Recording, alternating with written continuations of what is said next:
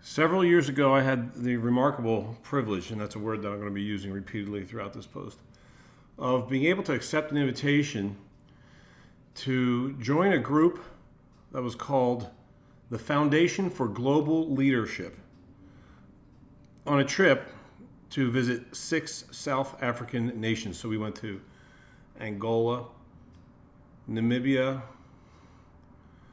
Zambia, Zimbabwe, Botswana, and then of course South Africa. And that was really the point of the whole trip, was to go to South Africa and to go learn, to humbly just go learn what is the state of affairs in post-apartheid South Africa, and just learn. And one of the coolest trips of my life, one of the coolest experiences of my life, and one of the coolest experiences that happened on that trip that is also one of the coolest things I've ever done in my life. I want to say, maybe coolest isn't the right word, but one of the most fascinating and enlightening, that's the right word, experiences of my life happened on the trip to South Africa, where we went to go visit the jail that Nelson Mandela spent 18 of, I believe, his 26 years of imprisonment in. The jail is called Robben Island. It's an island.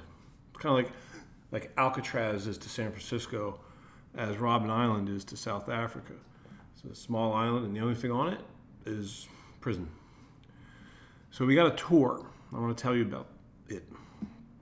Our tour guide was a guy who was actually an inmate with Mandela.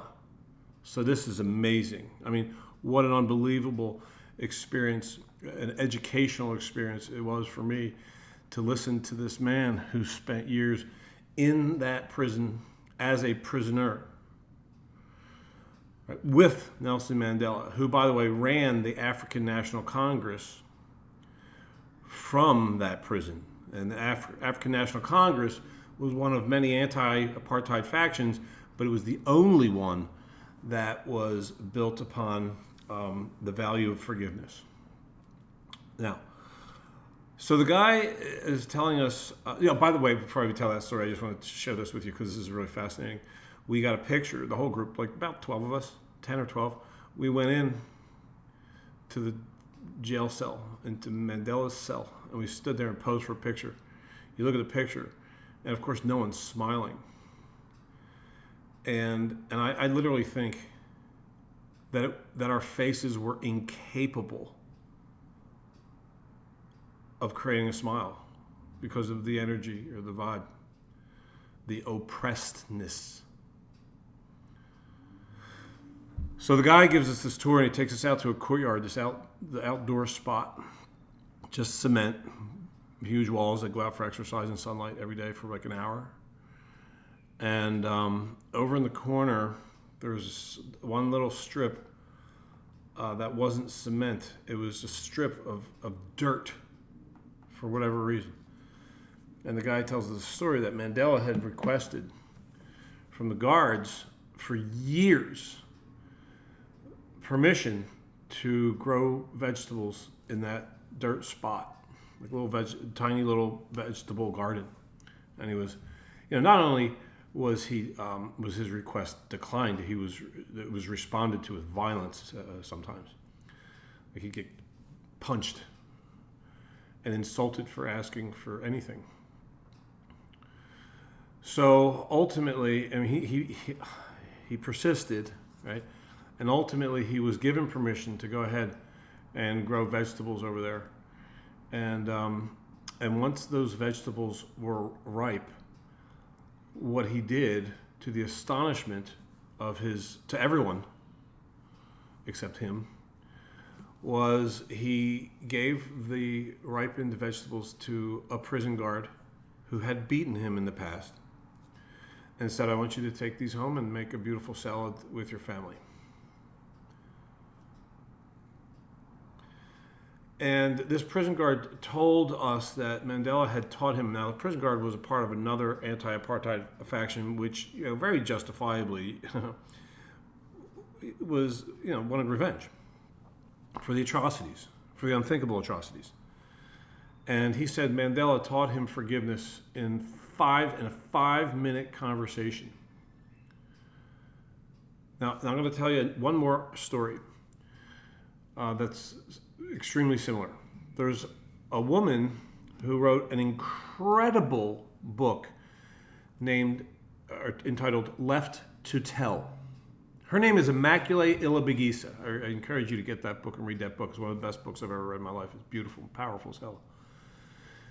The reason it's entitled Left to Tell is that Immaculate was the only member of her family, other than her one of her brothers, who was actually, I think, in the United States studying law at the time of the Rwandan Holocaust.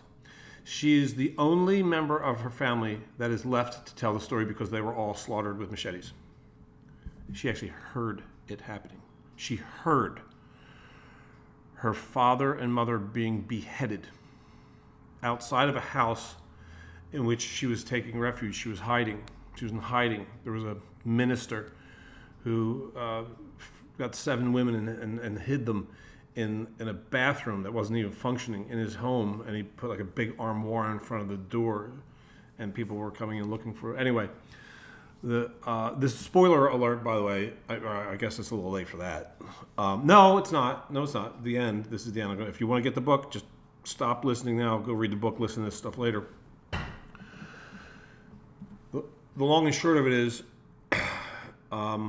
she, after the whole the Holocaust is over, which took place in 1994, and it was summertime here in the Northern Hemisphere, 1 million people were killed because of the color of their skin. Black people killing black people because of the color of their skin, because of the lightness of their skin. So they caught the guy after the Holocaust had ended. They caught the guy that killed her family, killed her parents.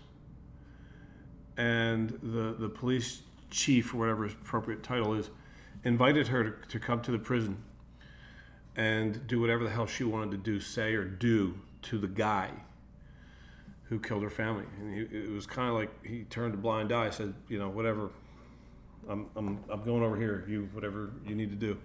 And she said, you don't need to go anywhere. And and the dude is like on his knees in front of her, and she puts her hand on his shoulder, and all she said was, I forgive you. So now you may be wondering, okay, where privileged white man telling stories about uber, ultra oppressed black people issuing forgiveness. Where are you going with this, CD? Well, good question, and here's the answer. I'm going into the realm of possibility. My whole career is about exploring possibility and challenging any notion of what's impossible and bringing the impossible into the realm of possible, right? And exploring what we're capable of. So here's the deal. These are 2 stories of 2 remarkably oppressed humans choosing to show up that powerfully. So I know that that's possible, because that too, and so many more, right? But I want to use those 2 because they're 2 that are special to me. That's a possibility.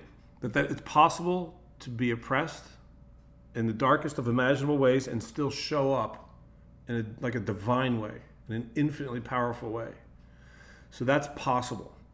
So the question, and this is how I'm going to wrap this up. I'm going to wrap it up with an open, unanswered question for me and for you. I mean, you may have an answer. I don't have my answer yet. So here's the question. If that's possible, what's possible for me right now? Like, what's possible for me, and how can I show up in a way that even like approximates the level of powerfulness that Nelson Mandela and Immaculate Ilibagiza chose to show up with after having experienced unthinkable horror. What's possible for me now? How can I show up now and contribute to the eradication of racism? Let's have that question be discussed. All right, guys, until next time, create miracles.